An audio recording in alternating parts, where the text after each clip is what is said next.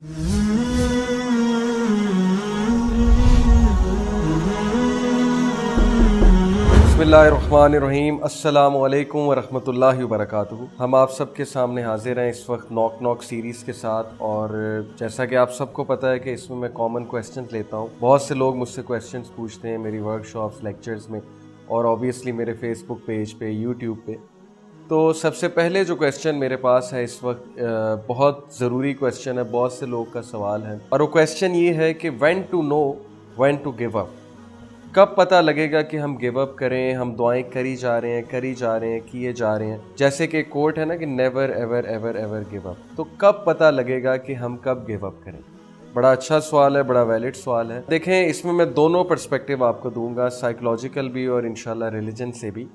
जहाँ तक साइकोलॉजी से जो पर्सपेक्टिव है, तो एक बड़ी अच्छी रिसर्च है साइकोलॉजिस्ट की कि अगर आपको ये 5 रीजंस नज़र आती हैं, एक चीज़ के लिए आप लगे हुए हैं, बहुत देर से लगे हुए हैं, और आपको ये 5 चीज़ें नज़र आ रही हैं कि उनका आउटकम ये है, उस चीज़ के पीछे भागने का आउटकम ये है, तो ये इनफ साइन है आपके लिए कि आपको गिव अप कर देना चाहिए। अब इंसान बहुत सी चीज़ों के लिए जो है वो कोशिश कर रहा होता है, कभी किसी रिलेशन के लिए, कभी किसी को पाने के लिए, कभी जो है वो कोई जॉब ढूंढने के लिए, कभी कोई कैरियर एस्टेब्लिश करने के लिए, या कभी कोई चीज़ हासिल करने के लिए। It could be anything.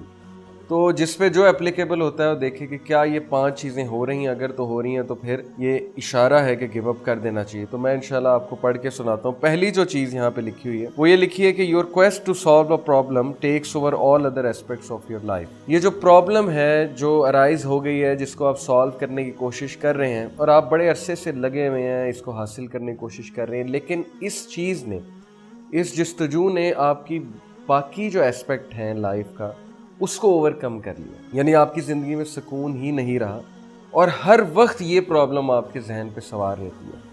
यहाँ तक कि इस प्रॉब्लम की वजह से आपकी सोशल लाइफ और आपकी रिलीजियस कमिटमेंट भी बहुत ज़्यादा जो है वो हर्ट हो रही है।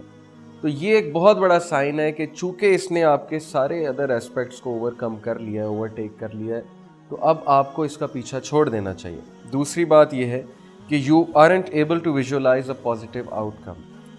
आप अपने आप को एक कमरे में बंद कीजिए और इमेजिन कीजिए कि क्या इसका पॉजिटिव आउटकम आ रहा है। Ask yourself tough questions. Okay, हर एंगल से विजुअलाइज करें, हर एंगल से देखें और सोचिए क्या इसका कोई पॉजिटिव आउटकम आ रहा है। क्या आप विजुअलाइज कर सकते हैं इसका पॉजिटिव आउटकम?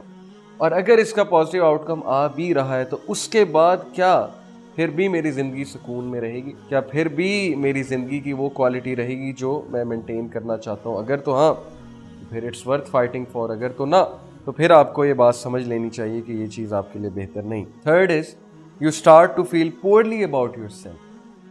अगर इस इशू के पीछे भाग भाग के, इसके पीछे जस्तजू कर कर के आपकी सेल्फ एस्टीम ही गिर गई है, you don't feel good about your self at all, और आपको अपनी सेल्फ वर्थ ही कम लगती है कि मैं किसी काबिल नहीं हूँ, तो फिर ये भी बहुत बड़ा साइन है कि आपको इसका पीछा छोड़ देना चाहिए। मैं आपको मिसाल दूंगा कि बहुत से केसेस में आप एक ऐसी कॉज को फॉलो कर रहे होते हैं, जैसे प्रॉफिट सल्लल्लाहु अलैहि वसल्लम एक सोशल रेवोल्यूशन लाए, एक कॉज को फॉलो किया, उससे जाहिर है उनकी ज़ात को नुकसान इस तरह पहुंचा कि लोगों ने ताने भी दिए, लोगों ने बहुत सी बातें की, लेकिन वो चीज़ उन्हें ग्रो ही कर रही थी। उनकी सेल्फ वर्थ उससे हर्ट नहीं हो रही थी। वो डेली ग्रो हो रहे थे कि मैं सही काम कर रहा हूँ क्योंकि अल्लाह ताला का काम है। वो तो एक अलग बात है।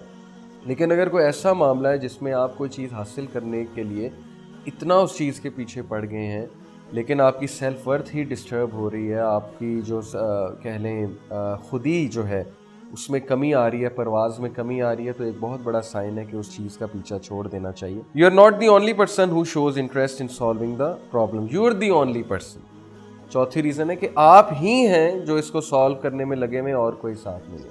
इसकी बेहतरीन मिसाल ये है कि आप एक रिलेशनशिप को सॉल्व करना चाहते हैं और उसमें आप अकेले हैं, अगला साथ ही नहीं दे रहा, अगला आपके साथ रहना ही नहीं चाहता है, अगला आपकी बात ही सुनने के लिए तैयार नहीं है, और आप लगे हुए हैं, बार बार आ रहे हैं। कुछ इंसान की इज्जत नफ्स होती है, इंसान को वो चीज़ फॉलो नहीं करनी चाहिए और समझ जाना चाहिए। कभी कभी पीछे हटने में बहुत खैर होती है और अल्लाह की तरफ से भी इशारे होते हैं। लास्ट है, when you wake up in the morning your first thought is to give up. कि आप सुबह सुबह उठे और पहला थॉट ये है कि यार नहीं। अब सबकॉन्शियस भी तो बात कर रहा है ना आपसे, सबकॉन्शियस भी आपको पैगाम दे रहा है کہ یو شوڈ گیو اپ. کہیں تھوڑی سی بھی آپ کو امید نہیں نظر آ رہی ہے تو یہ بھی سائیکالوجسٹ کے لیے ایک سائن ہوتا ہے کہ انکانشیس مائنڈ جو ہے وہ آپ کو یا سب کانشیس آپ کا جو ہے وہ میسیج دے گا. میں اب آپ کو اسلامی پرسپیکٹو بتاتا ہوں. 5 ریزنس تو ہو گئی.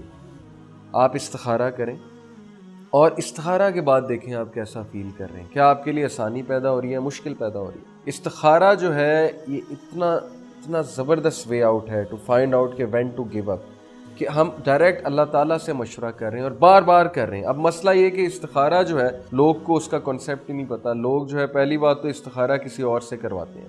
پہلی بات ہے استخارہ خود کرنا چاہیے, 2 رکعت نفل پڑھ کے اس کے بعد استخارے کی دعا. پھر خواب میں کوئی اشارہ آنا, یہ حدیث سے ثابت نہیں ہے, یہ آپ اس پہ ریسرچ کر سکتے ہیں.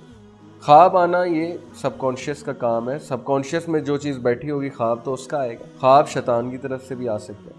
استخارہ کا صرف اور صرف جو ہے وہ سائن یہ ہوتا ہے کہ وہ چیز یا تو آپ کے لیے آسان ہو جاتی ہے یا اس میں مشکلات پیدا ہو جاتی ہیں. تو پھر آپ کو کنفرم یہ ہو جائے گا کہ چونکہ اب میں اللہ سے مشورہ کر چکا ہوں اور اب چیز مشکل ہو رہی ہے تو دس از انف سائن کہ اب واقعی ہی مجھے پیچھے ہٹ جانا چاہیے.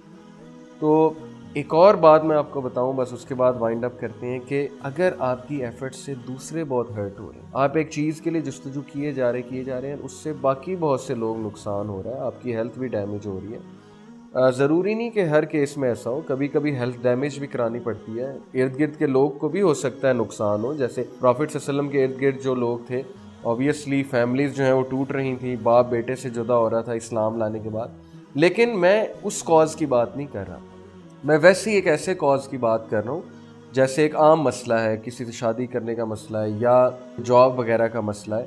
تو اس میں آپ دیکھیں کہ کہیں آپ کے ارد گرد کے لوگ بہت زیادہ تو نقصان میں نہیں آ رہے. یہ بھی ایک سائن ہوتا ہے اللہ کی طرف سے. آپ یہ سارے سائنز دیکھیں, استخارہ کریں, انشاءاللہ یو ول نو کہ وین ٹو گیو اپ. جزاک اللہ خیر. I hope this benefits you, اور آپ کو آنسر مل گیا ہوگا انشاءاللہ. See you with the next episode. السلام علیکم ورحمۃ اللہ وبرکاتہ.